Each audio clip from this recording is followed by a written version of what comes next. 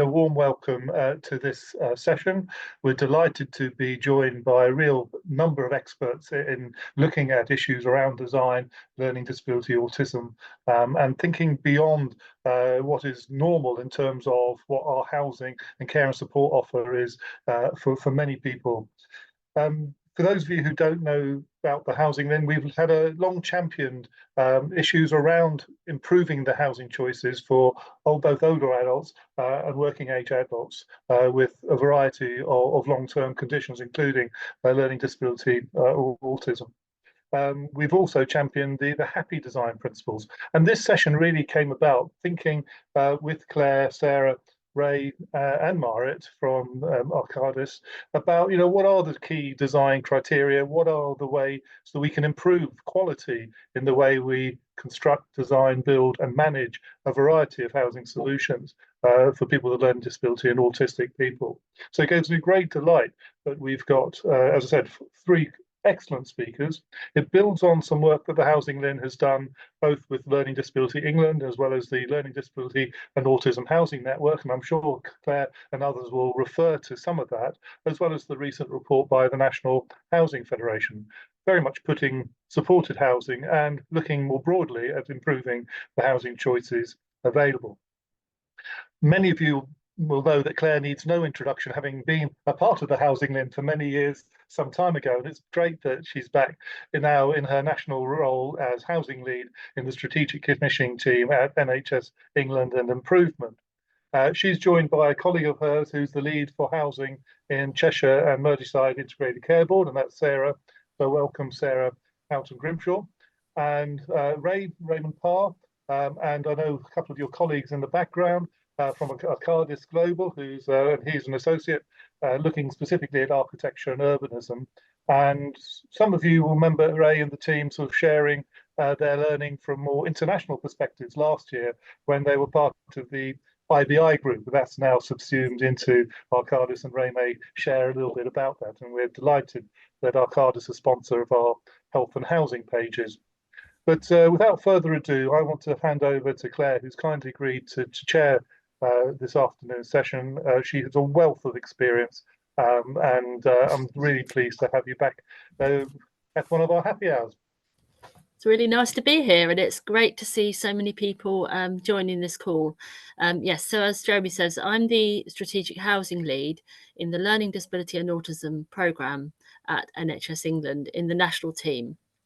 And I'll tell you a bit more about what I do and who I work with, and sort of other colleagues who are working on this with me in a minute. But it's a delight to be chairing this session today, because I would say this, but I think this is such an important issue. I think I think the number of people who've signed up today illustrates the level of interest, the level of priority that we need to give this going forward. So I think it's a great opportunity to bring some real experts together in Sarah and Raymond. So next slide, please. So I'm just going to give a brief introduction. So this is a bit of a history for anyone for whom this area of kind of policy and practice is new. I won't spend long on it, but everyone will probably remember in 2011 a BBC Panorama programme which highlighted evidence of a pattern of abuse at a private hospital near Bristol called Winterbourne View, and that led to a bit of a I suppose an uproar and a series of arrests, but more positively it led to something called Improving Lives, which was led by NHS Improvement with a wider focus across England. And there was from then this national priority to support autistic people and people with learning disabilities to live in homes, not hospitals. And that was one of the slogans that was used from early on, this focus on homes. So there's been a focus on housing as part of this wider programme since the early days. And we've had Transforming Care, we've had Building the Right Support, and Building the Right Home was guidance published in 2016 in partnership with NHS England, Local Government Association and ADAS.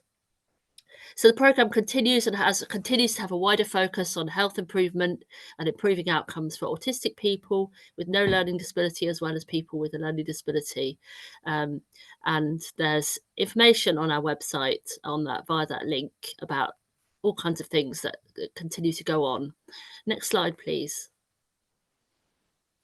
So in brief, the housing programme within the wider learning disability and autism programme has this focus on helping people to get a home, and it recognises the fact that NHS organisations are not the lead for housing, but that the engagement of the NHS is absolutely essential if we're going to reduce the number of people in hospital. And that means that we all need to recognise that people's housing needs need to be included in the planning. And the other thing that I personally feel really passionately about, and I think is really fundamental, is that a true home rather than a placement, which is a word that often gets used, can help people to feel safer and more secure and just live the lives that they want to live. And I don't think any of us really aspires for ourselves to live in a placement.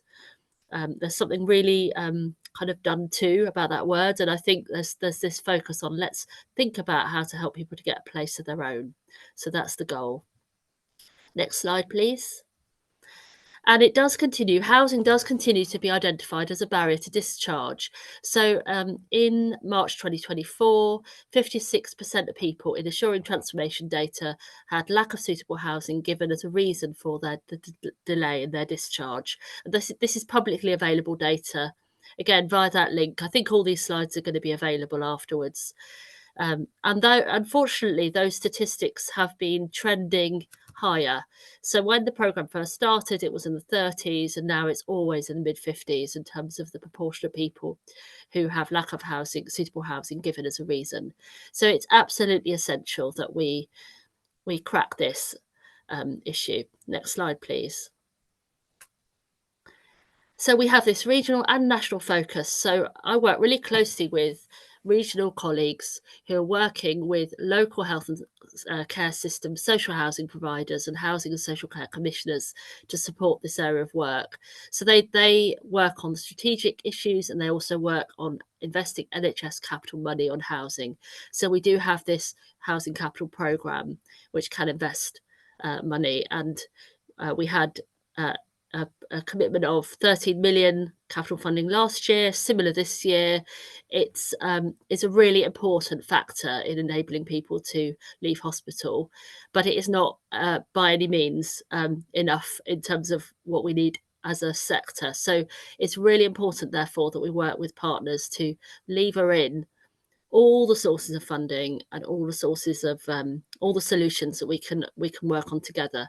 And that's a big part of what I'm doing in my strategic role, is working with partners to solve those problems, to share good practice, as well as to help NHS colleagues think housing a little bit more. Next slide, please. So there's all sorts of stuff we're doing to promote better housing options, which I haven't got time to go into lots of detail, but we're working with national partners who share responsibility, because this is by definition a whole system challenge. Advocate the needs for autistic people and people with a learning disability in a housing context. Working with Homes England to try to understand how we can help them make their capital funding more accessible to autistic people and people with learning disability, identifying opportunities for joint collaboration. And I also co-chair the National Housing Community of Practice with the local government association ADAS, which is focused on housing for autistic people, people with a learning disability. And we meet every couple of months. We have usually at least 100 people join. And if you want to join those calls, please let me know after the session. We'll add you to the list. So some of the issues we look at include design, and I think that's going to be a big part of what we talk about today, and including considering the sensory needs that people have. And we know that homes often need to be designed in a bespoke way, and that people should be involved in the design of their home as much as possible. Next slide, please. So why is it so hard to increase the supply of homes? I think we all know that we're under unprecedented pressure in the housing market, but at the same time, we're facing the same level of pressure in health and social care. So it's a real challenge to kind of bring all of this together. And I think, without going into lots of detail because of lack of time, a colleague working in Torbay has said to me, too often we in health and social care find ourselves trying to solve housing issues without inviting housing partners to the table. So we need to have those relationships. We don't need to be housing experts, but we need to have those relationships. We need to be able to pick up the phone and solve problems together. Next slide, please. So I just wanted to share some resources that we've developed at NHS England with all kinds of input from partners to help people who are planning with somebody to be discharged from hospital to plan their route into housing.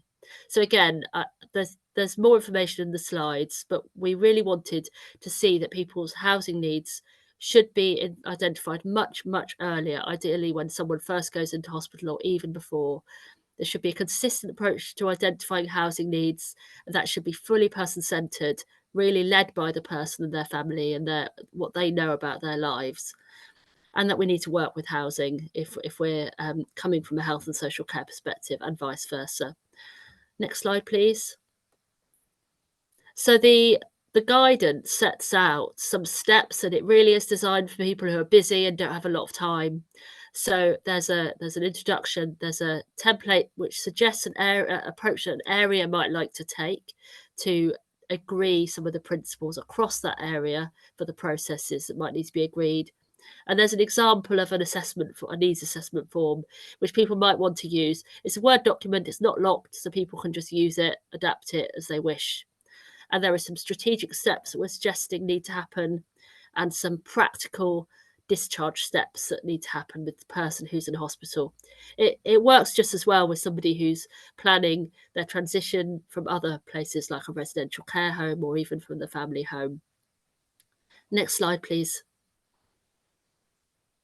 So just a couple of examples of people who've been supported into their own home with the help of NHS capital funding.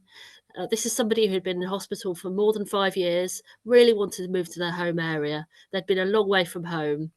Following the purchase and adaptation of a 3-bedroom bungalow, the person was able to move into their new home. Not an easy process, because we create very difficult processes working across health, housing and social care.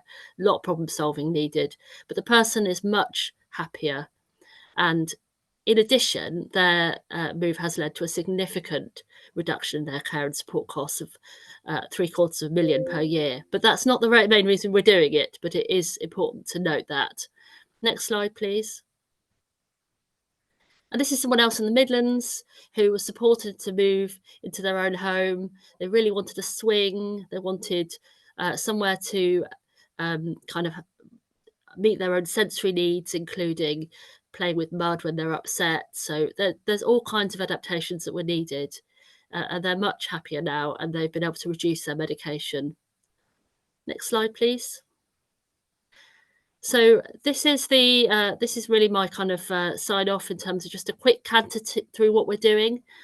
If you're interested in more conversation, chat about housing design for people who are autistic and have a learning disability, please sign up for our housing summit. We've got a series of sessions coming up over the next 3 months with a bit of a deep dive into all kinds of things like housing and support, robust design, meeting sensory needs. Again, the links in the slides. Check out the Learning Disability England People and Families online housing guide, which was developed in partnership with HousingLIN. And that is a fantastic, easy read, really accessible guide for people and families into how to do housing. And for more information on any of the above, or if you want to join the community of practice, please click on the link and drop me an email. So thank you for kind of your patience listening to my introduction. And I think, Jeremy, that we're introducing the rest of the panel. Yes, so thanks ever so, Claire. That was a really great overview, and I do encourage people to sign up for the upcoming events as well. And I think we're going to move on to Sarah now, and you're going to give sort of a regional, localised perspective and some of your thoughts, having worked across housing, health and social care over the years. So you bring a really expert insights around integration, some of the things that Claire was alluding to as well. So we'll pass over to you, and then Ray will follow on from you. Okay, so hopefully people can see my my slides. Thank you. So I'm Sarah Horton Grimshaw. I'm the Transforming Care Housing Lead for Cheshire and Merseyside ICB. New role created within the last 6 months, and again it's around integrating that health and social care and housing elements together. Previously, my working history has been about 30 years in the RP sector. So I want to talk to you today about what we're doing across the Cheshire and Merseyside ICB footprint to try and increase the supply of housing for people with a learning disability and autistic people. So we started off by identifying the need. Our Assuring Transformation data tells us that we've got 103 inpatients currently, about half are in secure settings, mostly adults, but some children and young people. Of those, 33 people are clinically ready for discharge, but significantly, we don't have enough specialist supported housing to support those discharges. So some people remain in hospital for the lack of a suitable home. We work with a dynamic support database. This tracks people who are at risk of admission. We can also identify if housing is part of that risk and put interventions in place to hopefully avoid that admission if possible. We track people through their inpatient journey. The intention is that we will provide a suitable home and care and support package that coincides with the point at which they're ready to leave hospital. We look at children and young people in our system. So we track people from year 9, and then we try and predict what type of housing they might need in adulthood. The ICB contracted Campbell Tickle to produce a report last year that identified that 1,679 additional units of supported housing is needed over the next 10 years for Cheshire and Merseyside, just to keep track with the extrapolation of demand. Cheshire and Merseyside then produced a housing strategy. This was in association with the 9 places. The aim of that is to build on Campbell Tickle report and to make sure that the needs for this client group are inserted within housing strategies across those 9 places. Of course, we can't do this alone, and partnerships are key to developing any of this housing. It really starts with self-advocates and experts by experience telling us what type of housing they would prefer to live in. We then speak to local authority and health commissioners and work out where the gaps in provision might be.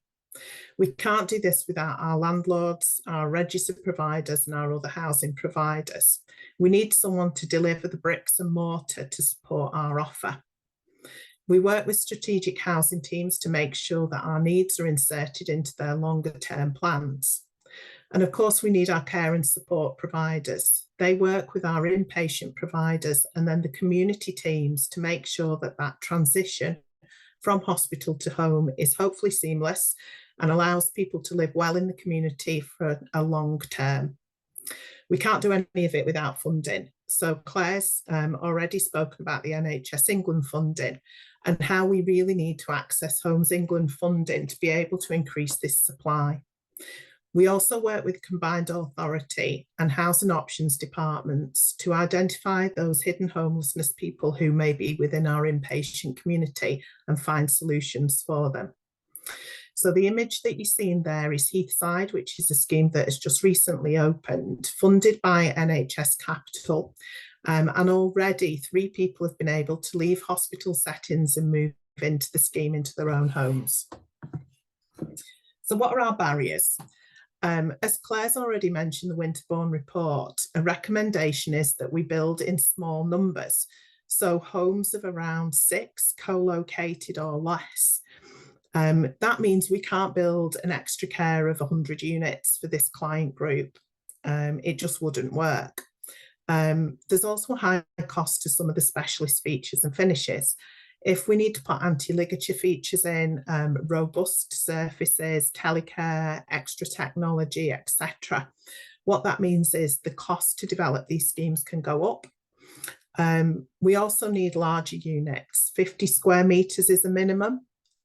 We've got a preference for single floor, but it's not always necessary. So of course that increases the land costs.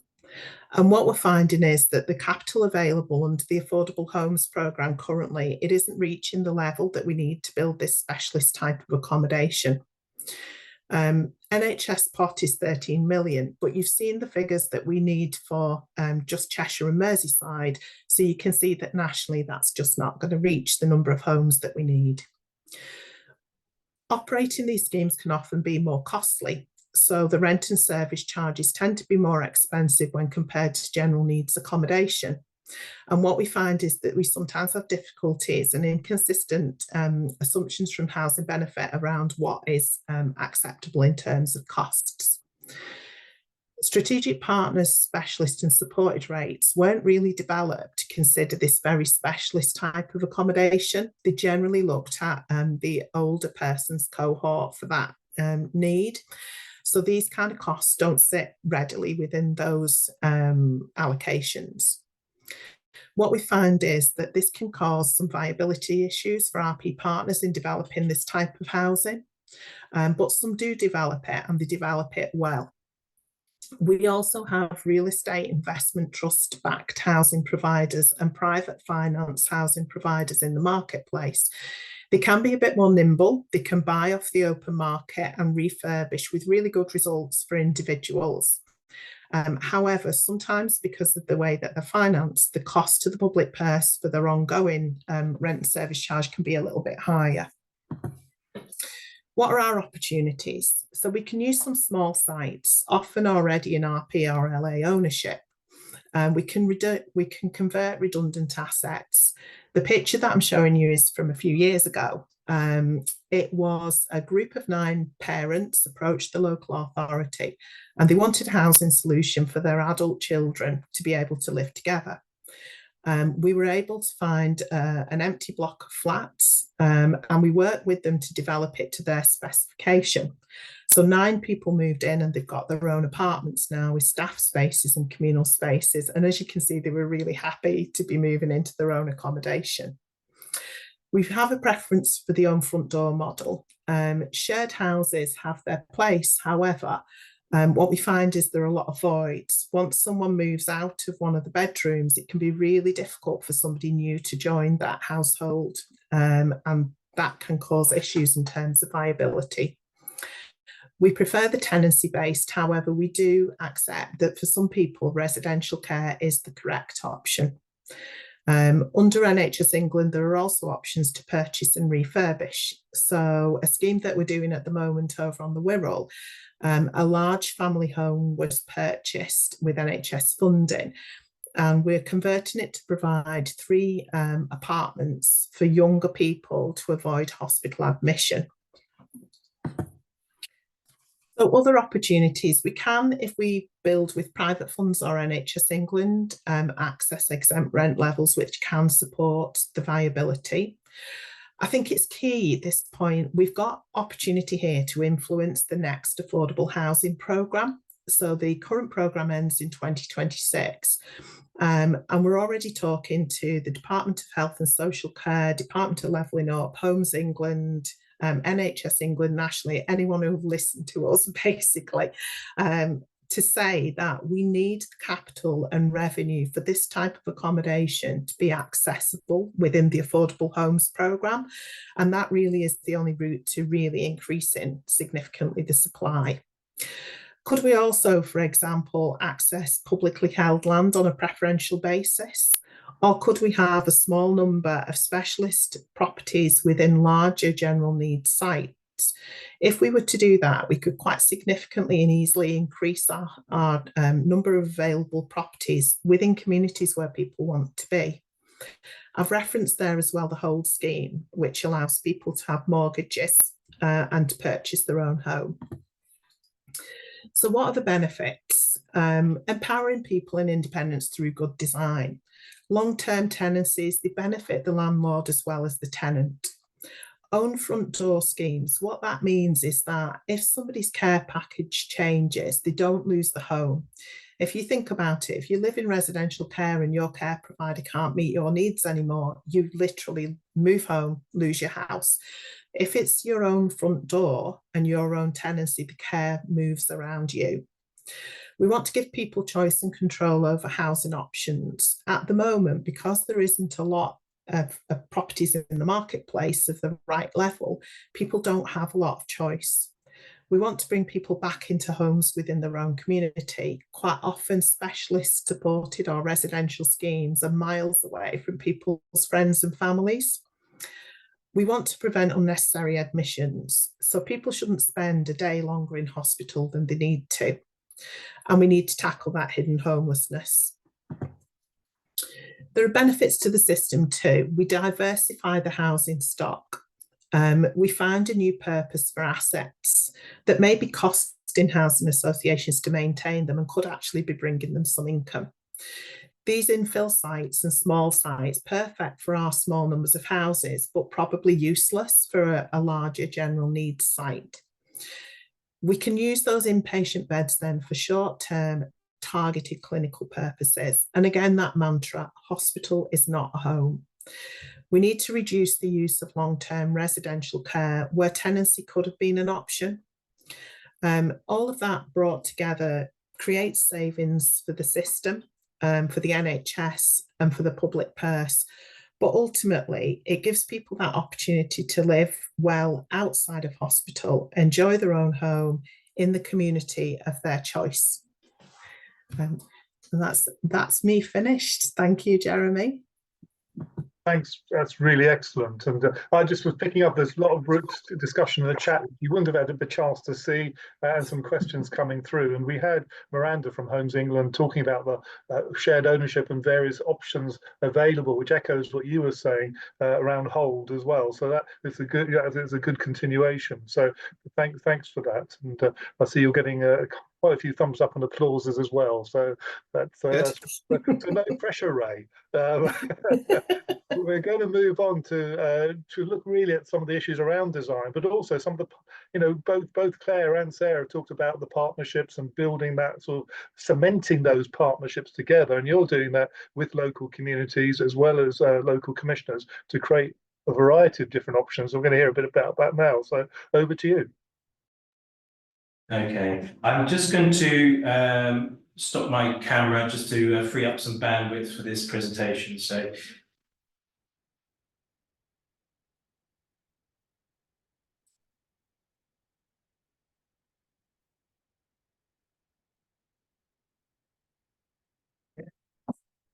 hopefully you can see my screen, my presentation there. So thank you, Claire and Sarah, for your presentations, and thank you to HousingLIN for giving us the opportunity to present today.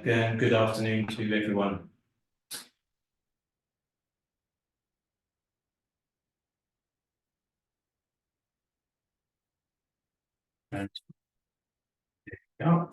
Okay.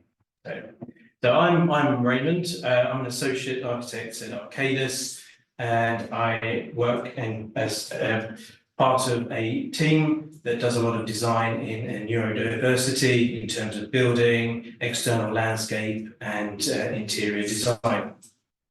So this afternoon, I'm going to share with you a very quick tour, whistle-top tour of a scheme that we're currently working on called English Combe Lane, a supported living scheme designed for people with learning disabilities and autism. On the screen at the moment is a statement from Bath and North Somerset, who is our client on this scheme. They provided this statement today. I'm not going to read through it.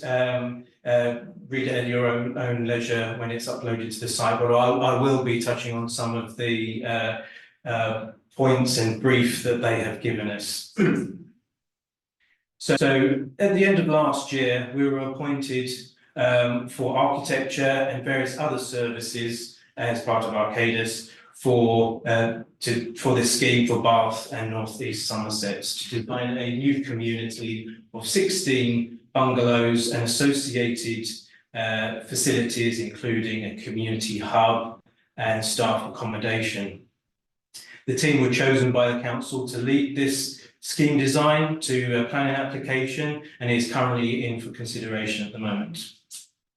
And to complement our professional expertise and the standards we would usually follow in a scheme like this, the design process was a collaboration with experts from the client group, and this ensures that the real life experiences influences our design.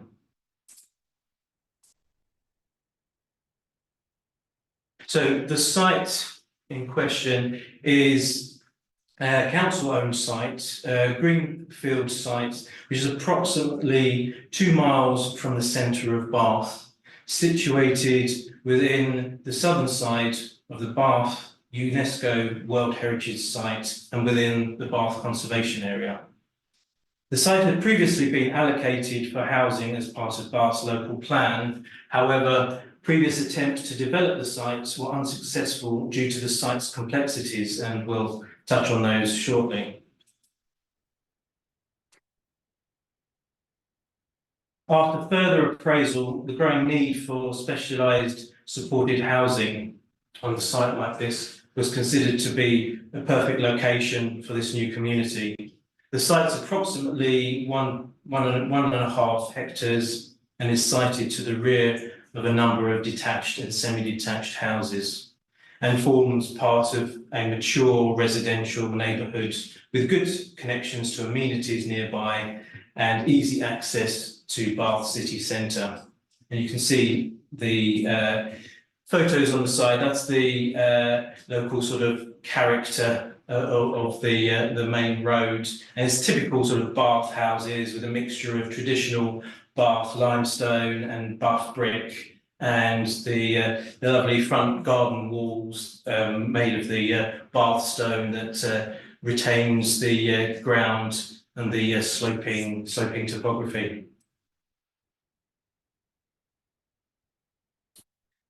So the main complexities of this site that previously hindered other developments was the steepness of the topography. On the on the south boundary, which is the highest point of the site, it then falls by almost 15 metres to the north of the site. This is also further complex by the central watercourse that runs through the centre of the site from the south to the north. You can see, if you can see my pointer there, the blue streaks going up the page there, that's the watercourse that runs through the site, and the brown sort of zones here are a mudslip that we have to obviously build around as well. And it's also heavily treed and screened, which provides a perfect, unique sort of secluded site for these residents. It had one point of entry, which helps with the residents' feeling of safe and security. Plus, it has the benefits of, as I just said, the natural assets of the greenery, plus those amazing views of Bath. I'll just share a couple of pictures of the site. So here you can see this is the main view is a site looking from the east across the site, and you can see the sloping topography. This picture in the centre here is at the top of the site, and it looks over Bath, across the valley to the hills beyond. So potential for some amazing views.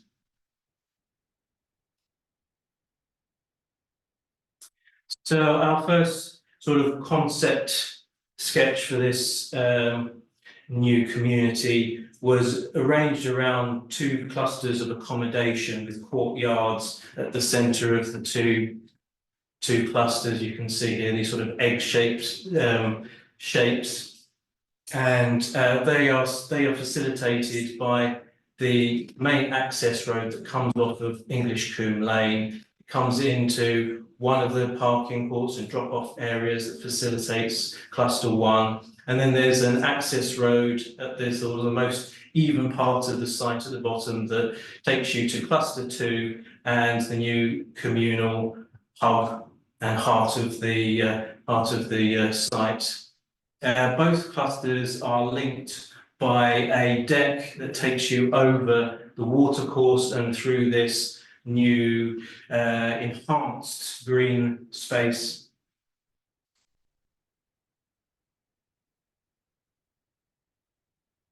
And this is just a bit more of a developed plan, just to give you an idea of the sort of the landscape strategy, the clear sight lines as you enter. You get nice, clear wayfinding routes through the site from one cluster to another if you're on foot, and if you're coming by a vehicle to be dropped off, clear views of where you need to end up, you know, with the communal hub right in the centre, with nice views out to the north and views into the new landscaped area. There is a water feature that terminates at the new clubhouse that utilises the natural runoff of the watercourse to create this kind of feature at the point of the community hub. Just a section just to show how we've dealt with this sloping topography. The top of site here, this is the south boundary, and then the north boundary at the bottom. This is our access road that takes you to cluster 2. And we have some single-storey, one-bedroom dwellings to the north of the site. We have a level courtyard, so we've dug into the ground and created the split-level units. The split-level units are 2-bedroom, with the ground floor being the primary accommodation for residents, and the upper section of the building is where staff would have their office and their overnight accommodation. But by digging into the ground, partly, it allows us to have level access in the courtyard from one side to the other. This slide are some of the other sort of design considerations that we would look at as part of looking at neurodiverse design. It's PAS 6463. It's not a British standard, but good guidelines that we would usually follow, and they're good guidelines in general for general design for landscape building interiors.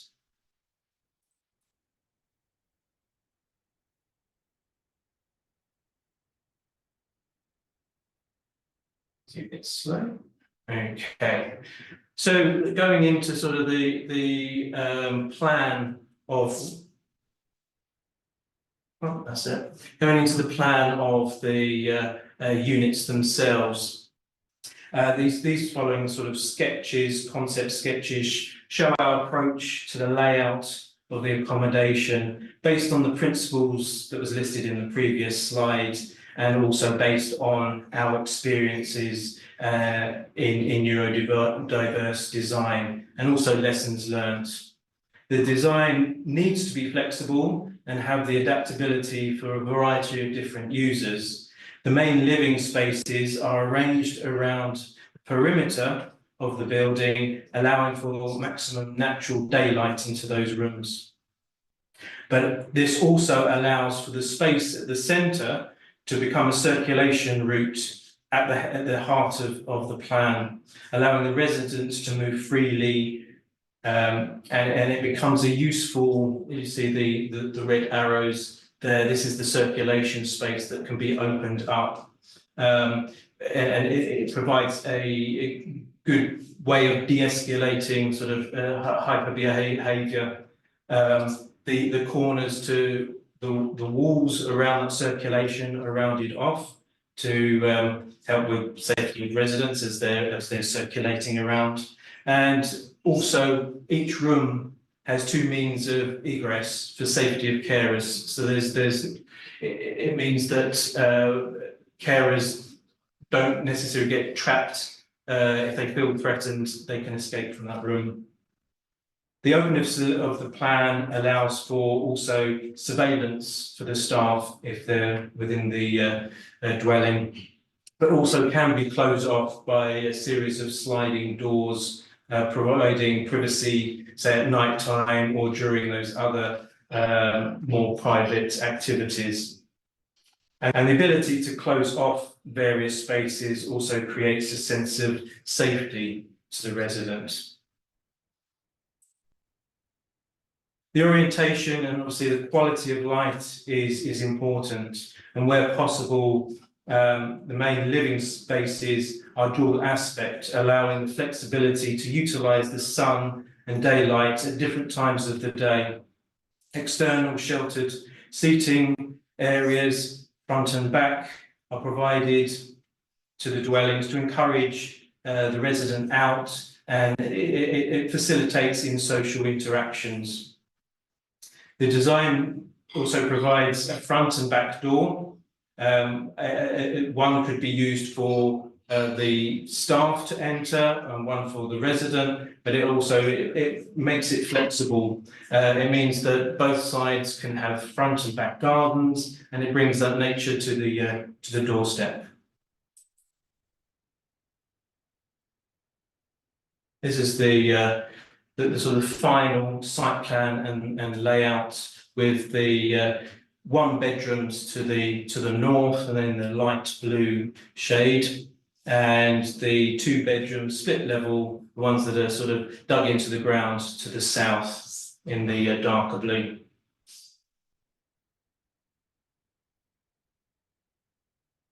And here is one of those typical one-bedroom units that are based on those principles discussed earlier. Dual aspect living, the pointer main living space here with dual aspect, with a sheltered patio space front and back. You have the circulation space around this generous store. All doors can be pushed back out of harm's way, and it creates this open plan, easily circulatable space.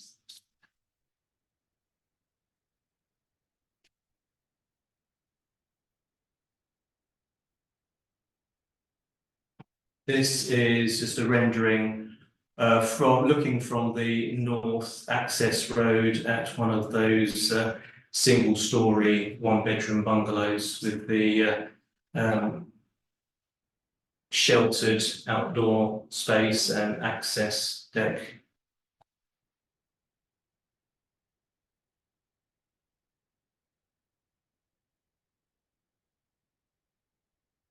And just add a bit of sort of architectural reference to how we came up with the elevational design. Now, on the left there is a sort of an amazing typical view of Bath.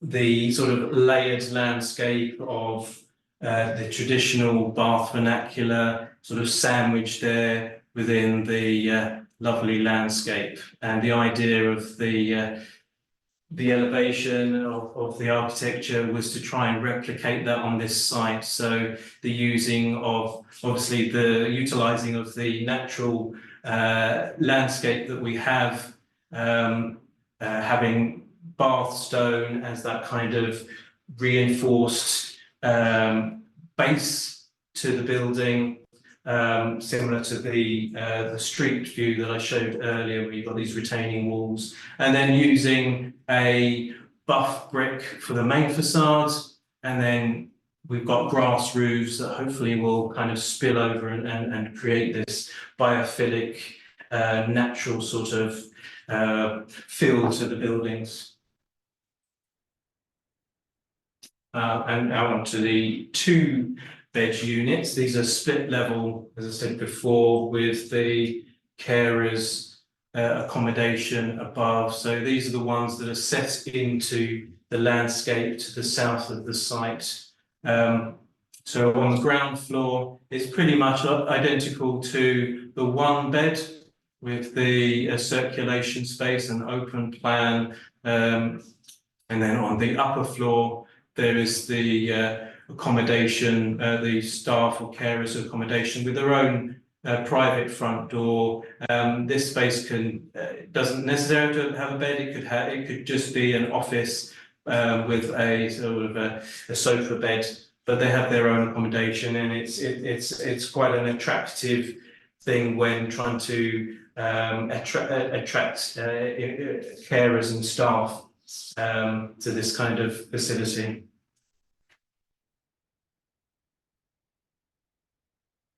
We also have some 3-bedroom dwellings. They are single story and they sort of sit on the end of the split level terraces. These are 3-bed.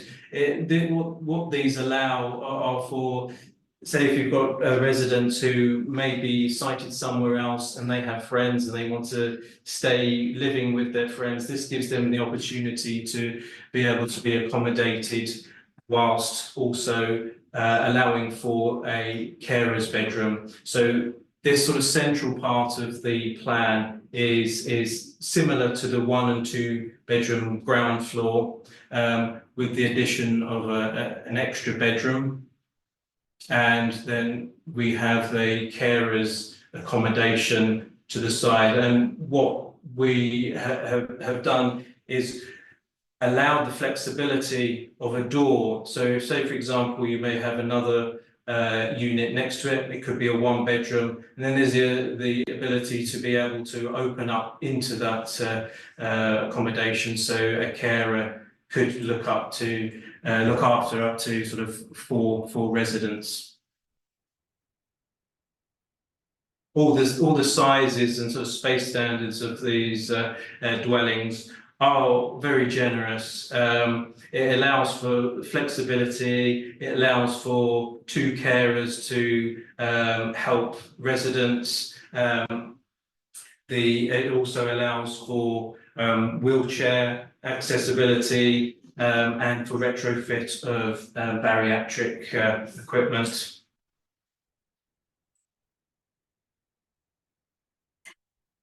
And there's one of the final sort of renders, one of those split level.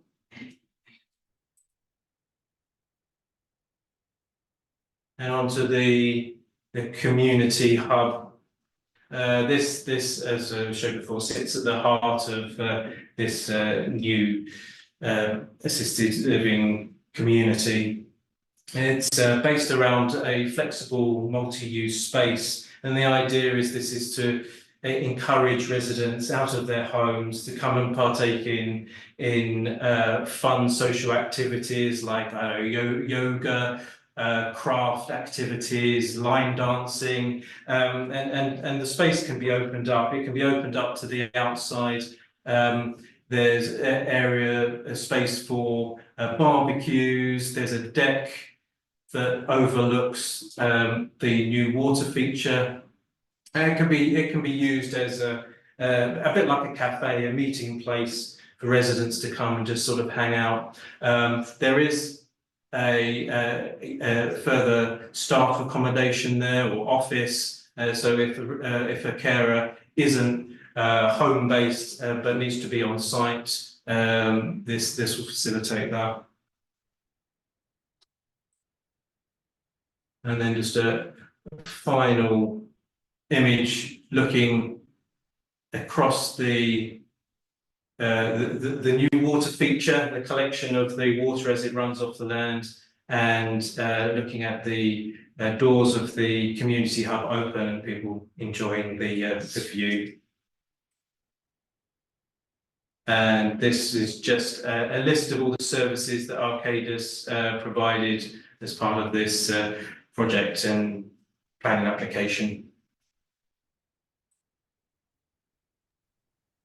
And that's it. So if there's any questions, please do feel free to get in contact. Thank you. Ray, thanks ever so. And what's really been wonderful about this session is how we've sort of funneled down from the strategic to thinking regionally and how to apply this from a commissioning and sort of partnership arrangement, right down into a locality to think specifically about how to design and create new. And when you say about inviting questions, we've got a dozen or so questions both in the Q&A box and in the chat box. Many people have posted them in the chat box. Claire, I've had a quick look through, and we've got ones that sort of are sort of high-level things around accessing funding, and others which are very much around some of the design and technology elements. Should we kick off with the sort of funding ones, and then perhaps go back to Ray and talk a bit? Because one of the beauties about the LIN membership, we get people who've got a lot of technical expertise as well, Ray. So I don't think people are criticising, but they're wanting to interject with their own thoughts about how to apply some of the designs. And Luke, for example, has given a great example of the PAS that you referred to, and other comments as well as a selection of people giving examples of other sort of person-centered services, which are I think one was called Satsuma and another one's around care. So from NDTI. So thanks ever so for everybody posting things in the chat. Claire, was there a particular question or two that caught your eye in the first instance? I think there was a question about funding, and so I think without you could do a whole session just on funding, but there is an NHS England capital pot which is prioritised regionally and nationally and working with local areas. It's heavily oversubscribed. There's huge demand for specialist housing, so it has to go to support people who are kind of in most urgent need or highest level of need for homes, often in order to be discharged from hospital. In terms of other funding, it is really tricky. This is why we're kind of working to support colleagues nationally to. Sarah's already mentioned some of the work that's going on.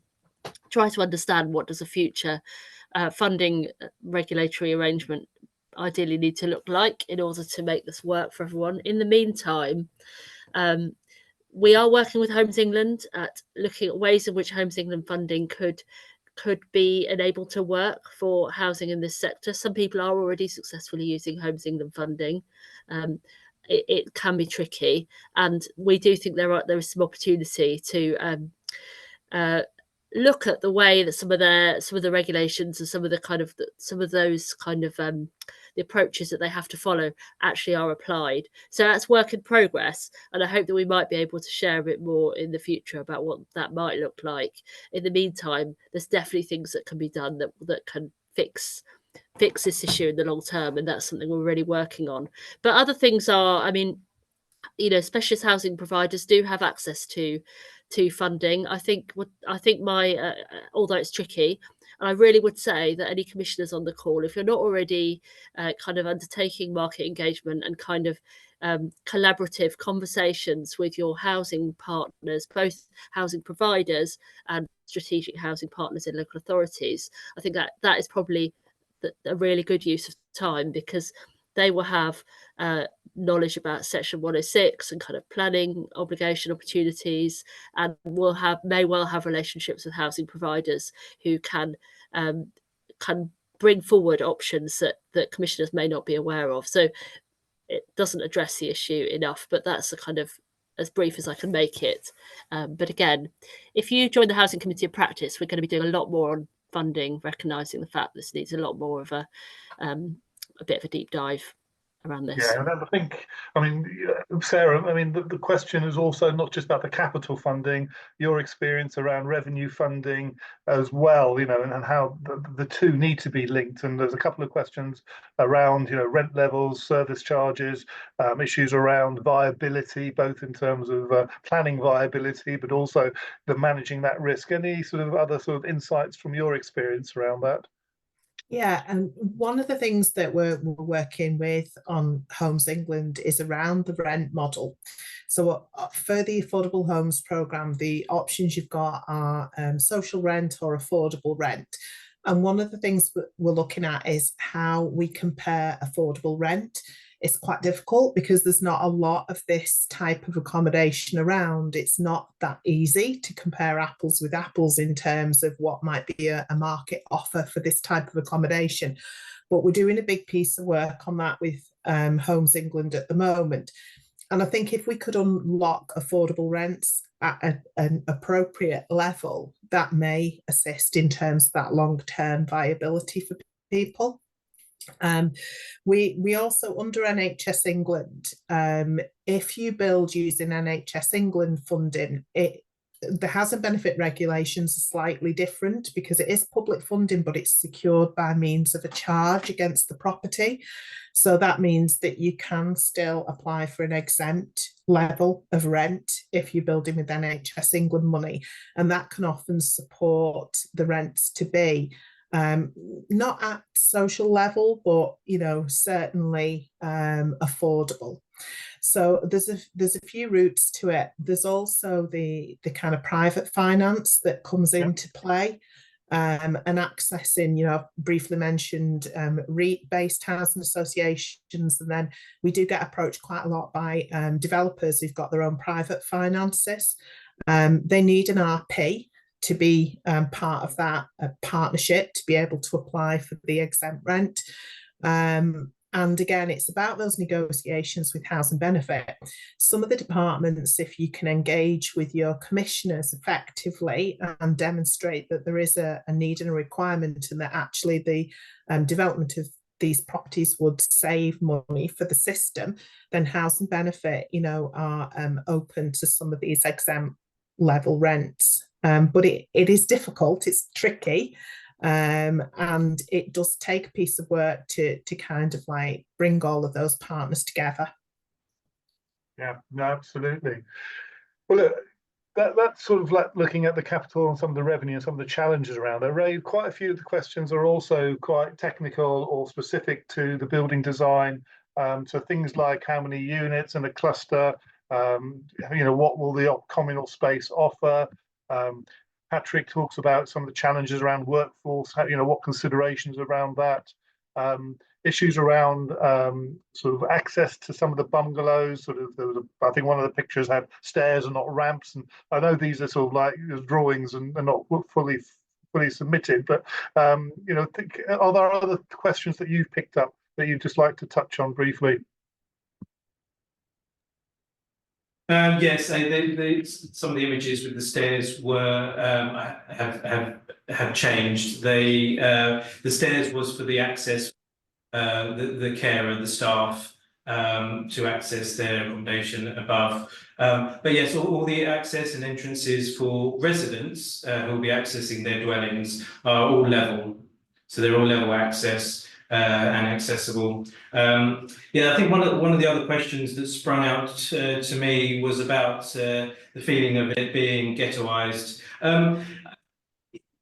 The site and the its location obviously was identified by the council as a location for this facility, but there is local amenities. There is a community hall and sports centre just across the road that is heavily used. So there is facility there. It's got its own cafe, etc. So if they wanted to go off-site, there's facilities there. There is local bus service that is literally just at the entrance of the site. And I think the council are looking to provide their own minibus service. So if people do want to go into the centre of Bath, which yes, 2 miles is probably bit much for someone to walk to, that they will provide a minibus service.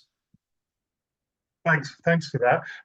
Couple of other things. I'm conscious we're hitting the deadline of 5 o'clock. I think Claire sort of touches on in one of the chats around issues around the regulator of social housing. Indeed, the HousingLIN has got a viewpoint coming out shortly, later this month, on thinking about what the new standards are in relation to that and the new Oversight Act in terms of supported housing. So do watch out for that. Other issues coming through are looking more at different types of models of resilience. We welcome examples, case studies and blogs we can share. Somebody talks about community ownership. We see opportunities here through co-housing, and I think Claire Skidmore, this is.